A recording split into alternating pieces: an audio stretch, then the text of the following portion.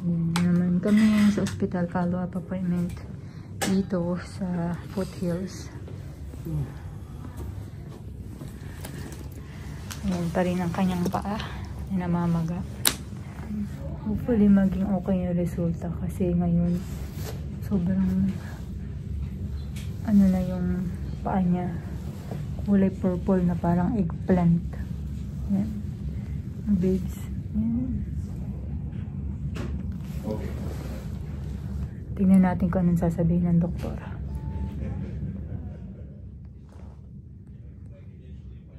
Kakauwi lang namin dun sa follow-up appointment ni Richard at sabi nga ng doktor, ano daw, ano yun?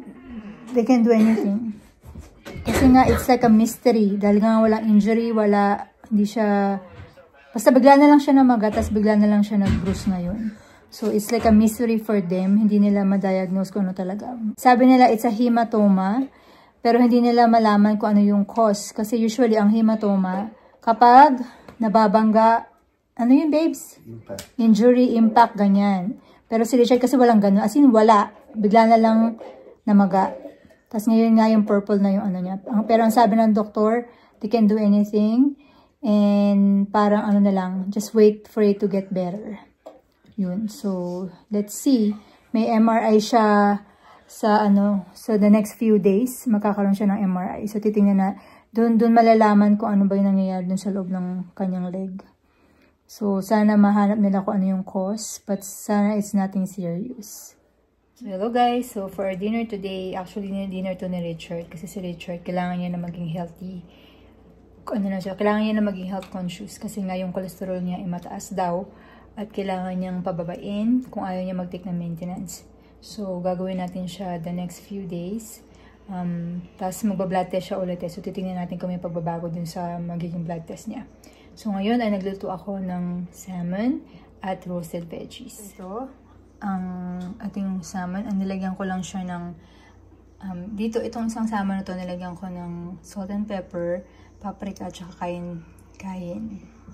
Tapos ito naman, salt and pepper lang. Kasi para sa mga bata to, ewan ko kung kakainin nila yan. Tapos siya kaya to yung carrots at potatoes na roasted veggies. So, yan. Dinner time. Ang dilim sa taas. Walang ilaw. I-deliver na natin. Number. Ha? Already, dinner. Mamaya na yan. Kumain ka muna. Mamagam pa. What is this? Veggies? Veggies, right? Yeah, healthy. So great. Hello guys. So 2 weeks after na Richard emergency, papunta kami ngayon sa kanyang appointment for his MRI. So dito yun sa may sa may south part ng Calgary. So papunta kami doon ngayon.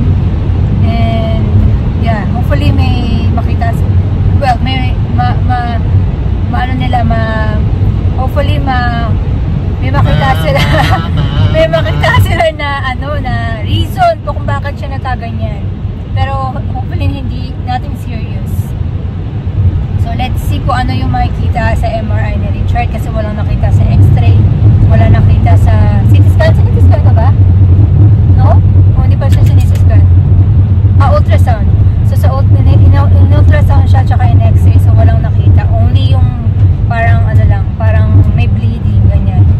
Pero so it's a mystery. Sabi ng mga doktor, it's a mystery. Hindi nila alam kung bakit nakaganon yung leg ni Richard. Kasi wala ngang injury, di ba? So parang ang sabi nila ng doktor, they can do anything. Yung last appointment namin sa hospital, yung follow-up appointment, ang sabi lang ng doktor, they cannot do anything. They just gonna wait till it gets better. Pero ang sabi naman dun sa family doctor namin, bibigyan siya ng parang blood work para i-test kung meron siyang parang blood disorder, something like that, yung parang hemophilia. Kung meron siyang ganun, yung madali mag-bruise. So, this MRI, let's see kung ano yung makikita today. So, medyo mahaba-habang biyahe ito, mga almost 50 minutes ang biyahe namin. And kanina nagsusnow, ngayon hindi na. Yeah, pero puting-puti ngayon. Hindi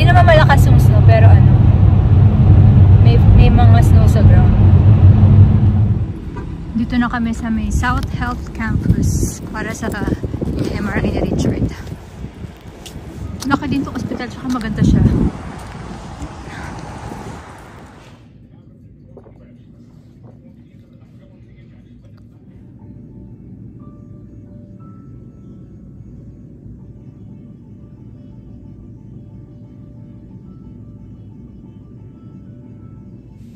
So, yung MRI takes 40 minutes. So, 10 minutes na lang matatapos na sa Richard. So, hinantay ko na lang siya dito para tulungan siya magpalit ng damit. So, antay-antay lang tayo ngayon. Ayan, tapos na si Rich. Papalit na lang siya. Upo ka. Hurts? I've been lying on a flat thing for so long. So, is it weird feeling inside? It's like you have earplugs. It's loud. It's really light. Okay, base muna tayo. We're done.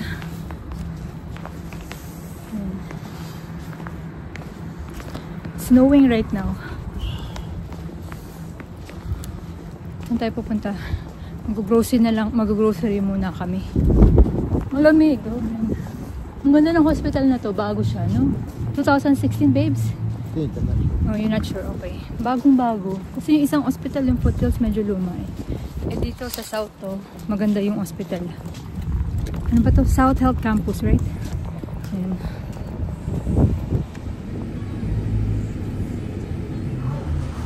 Ang daming tinapay, Filipino. Ito yung favorite ko, ube bar. Ayan. Ano kaya ang bibilin ko? May pandesal.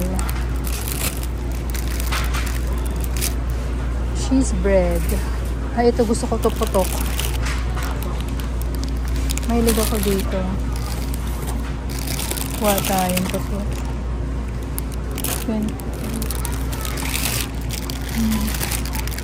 Mukhang masarap yung mga tinapay nila dito. Parang masarap siyang tignan. Ayan. Ayun yung mga Filipino na products. Ang dami mga Filipino chips dito, pero wala yung favorite ko, yung Richie.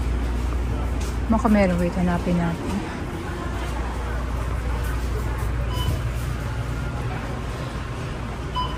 Walang Richie. Meron tinapa. Favorite ko din to, kaya lang, ako lang ang kakain yan. Kasi si Richard hindi kumakain. Boba tea. Sarap kaya to. Yun sa pinuntahan namin grocery, International Fresh Food Market. Yan, marami din siya mga Filipino. Pero maliit lang siya. Akala ko malaki siya, maliit lang pala. Tapos ang gusto kong puntahan sana doon yung ano, yung cake, yung sweet cake by Vern's. Yung pangalan ng store. Tapos meron sila yung nagtitinda ng viral na Dubai chocolate cake. Kaya lang, ano eh, gusto ko lang sana yung maliit lang. Eh, parang wala silang tinda ngayon. So, yung malaki yata parang $75. So next time na lang, medyo mahal yung 75. Gusto ko lang matikman yung kunyari isang slice din yan. Wala sila. 1 kilometer. So ngayon, tatry natin tong ube bar. Isa to sa mga favorite ko, Rich, nung bata ako. Sa mga tindahan, di ba, nakalusupot lang siya sa palengke, ganyan. Ube bar. Kasi iba ko nabibili, hindi siya ganun eh. Yung puti yung loob. Yan. Medyo ito titingnan natin kung ito ba yung original na nabibili sa palengke. Yan. So yan yung tsura niya. Doon sa Pilipinas parang purple na purple. So ito hindi masyadong purple. Pero tingnan natin yung lasa. Kalat. Yan. Tingnan. Try natin.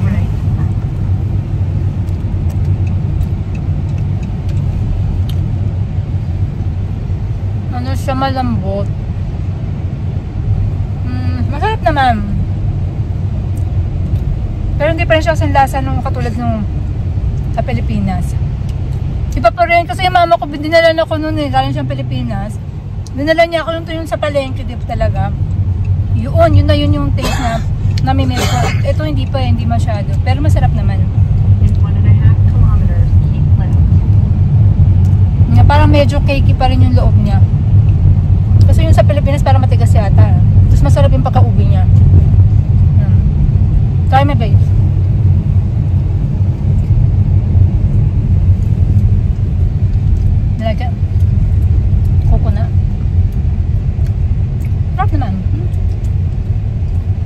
Next time, pag may dumating sa Pilipinas, papabili talaga ako ng ube. Ube bar. What? Mounds chocolate? What? Mounds chocolate? Hindi naman chocolate to. Ano ka ba naman? Cake to eh. Coconut. Yeah.